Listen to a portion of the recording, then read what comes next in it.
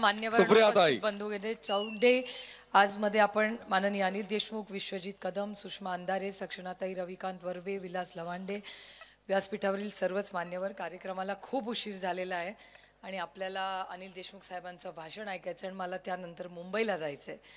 खरं तर माननीय जयंत पाटील या कार्यक्रमाला आवर्जून उपस्थित राहणार होते, पण त्यांना डेंगी झालेला आहे, त्याच्यामुळे जयंतरावांना येता आलं नाही. त्याच्यामुळे राष्ट्रवादी काँग्रेस पक्षातर्फे मी स्वतः आज इथे हजर आहे रोहितच्या ह्या उपक्रमाला शुभेच्छा देण्यासाठी.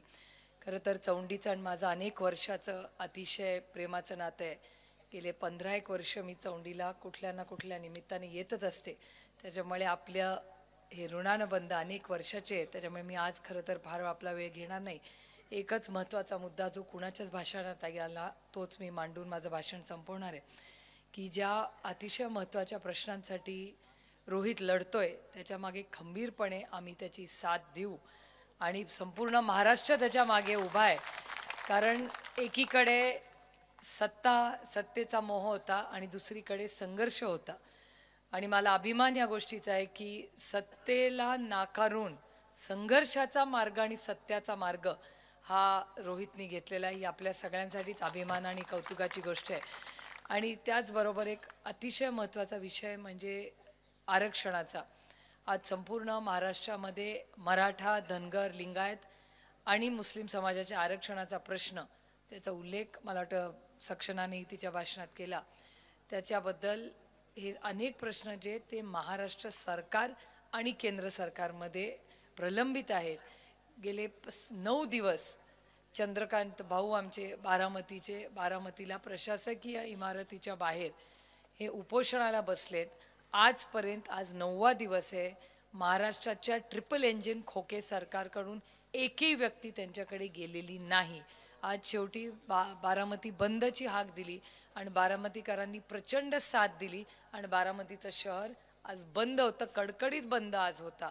आणि मी एवढंच सांगायला आपल्याला उभी राहिले की या सगळ्या आरक्षणामध्ये आदरणीय पवार साहेबांनी काल माननीय मुख्यमंत्र्यांनाही फोन केला, मीही माननीय मुख्यमंत्र्यांशी बोलले आणि त्याच्यामुळे मग मराठा समाज असेल, धनगर असेल, लिंगायत समाज असेल किंवा मुस्लिम समाजाचे जे काही प्रलंबित प्रश्न आहेत ते पूर्ण ताकदीने विधानसभेतही राष्ट्रवादी काँग्रेस पक्ष मांडेल आणि लोकसभेतही पूर्ण ताकदीने आम्ही मांडू. मी आजच दुसऱ्यांदा स्पीकर आहेत पार्लमेंटचे त्यांना पत्र लिहिलेलं आहे की हे जे अधिवेशन आहे या अधिवेशनामध्ये शेतकरी, दुष्काळ आणि आरक्षण हे 3च विषयावर चर्चा घ्या, बाकी सगळे विषय बाजूला ठेवा.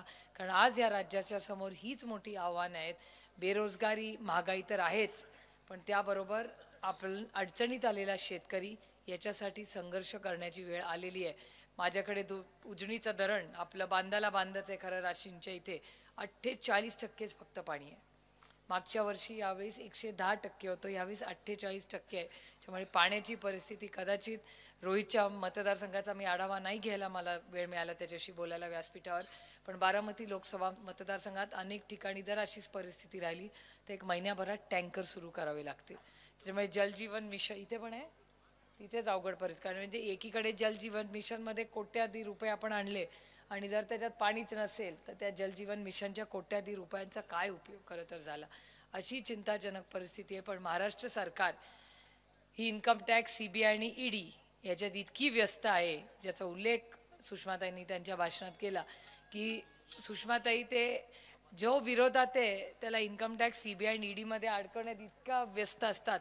त्याच्यामुळे टँकर, कांद्याला भाव याला वेळ नसतो महाराष्ट्र सरकारला. कारण का लोकांची घरं फोडा, पक्ष फोडा याच्यात इतके व्यस्त असतात की त्याचा सर्वसामान्य मायबाप जनतेच्या सुखदुःखासाठी वेळ नसतो.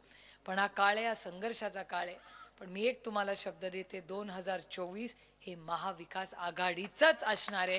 आणि पुढच्या वेळेस जेव्हा आम्ही आता जानेवारीमध्ये आता आम्ही मेमध्ये असेल, मेमध्ये जेव्हा आम्ही पुन्हा 31 मेला आपण सगळे इथे जमतो त्यावेळीस येऊ, तेव्हा मोठ्या संख्येने इंडियाचं यश हे आपण चौंडीत साजरं करू, हे मी तुम्हाला विश्वासाच्या नात्याने सांगते. कारण लोक खरंच त्रस्त आहेत. आणि हे जे मोड थोड केसेस कशासाठी चालले आहेत? जर माझ्याकडे 200 आमदार आणि 300 खासदार असते तर मी कुणाकडे डुंकून बघितलं नसतं, ना कुणाची लाईट बोलली असती, ना कुणाला बोलून फ्लेक्स लावले असते. हे तुमचा प्रॉब्लेम काय? कर्जत जामखेडला सगळे फ्लेक्सचे टायगर आहेत. त्याच्यामुळे त्यांचं काम फक्त फ्लेक्सवर चालतं, फील्डवर काही चालत नाही. काल काही तुमच्या भागातले लोक माझेही लोकसभा मतदारसंघात आले होते. अतिथी देवो भव. आम्ही आमचं तुमच्यासारखं नाही बाबा, इथले तुमच्या नेतृत्वासारखं. आमच्या मतदारसंघात कोणी आलं तरी त्याचा आम्ही मान सन्मानच करतो, कारण का आमच्यावर हे संस्कार झालेले आहेत. राजकारण एका जागेवर आणि अतिथीचा मान सन्मान एका जागेवर. काल यात्रा होती, बाबीर यात्रा होती काल इंदापूरला. त्याच्यासाठी काही पाहुणे आले होते कर्जत जामखेडवरून. त्यांनी लाईट बंद केली तरी आम्ही नाही केली. आम्ही त्यांचा मान सन्मान केला, त्यांना चहा पाणी नाश्ता सगळं दिलं, कारण का ही आमची संस्कृती आहे. आणि तीच संस्कृती आज रोहित पुढे नेतोय. हे सगळं आमच्यासाठी खूप कौतुकाचं आहे. त्याचा सगळ्या कामाचा आढावा हा पूर्ण राज्य बघतो, देशात बघतो. आणि तुमचा हा आमदार फक्त महाराष्ट्रात फेमस नाही आहे, आज यूपीमध्ये पण लोक विचारतात ये रोहित पवार का मिळते है, कारण का त्यांचं नाव तिकडेही येतं. त्याच्यामुळे दिल्लीतले सगळे खासदार मला विचारतात ये रोहित आपका रिश्तेदार कैसा है ताई हमको समजाव.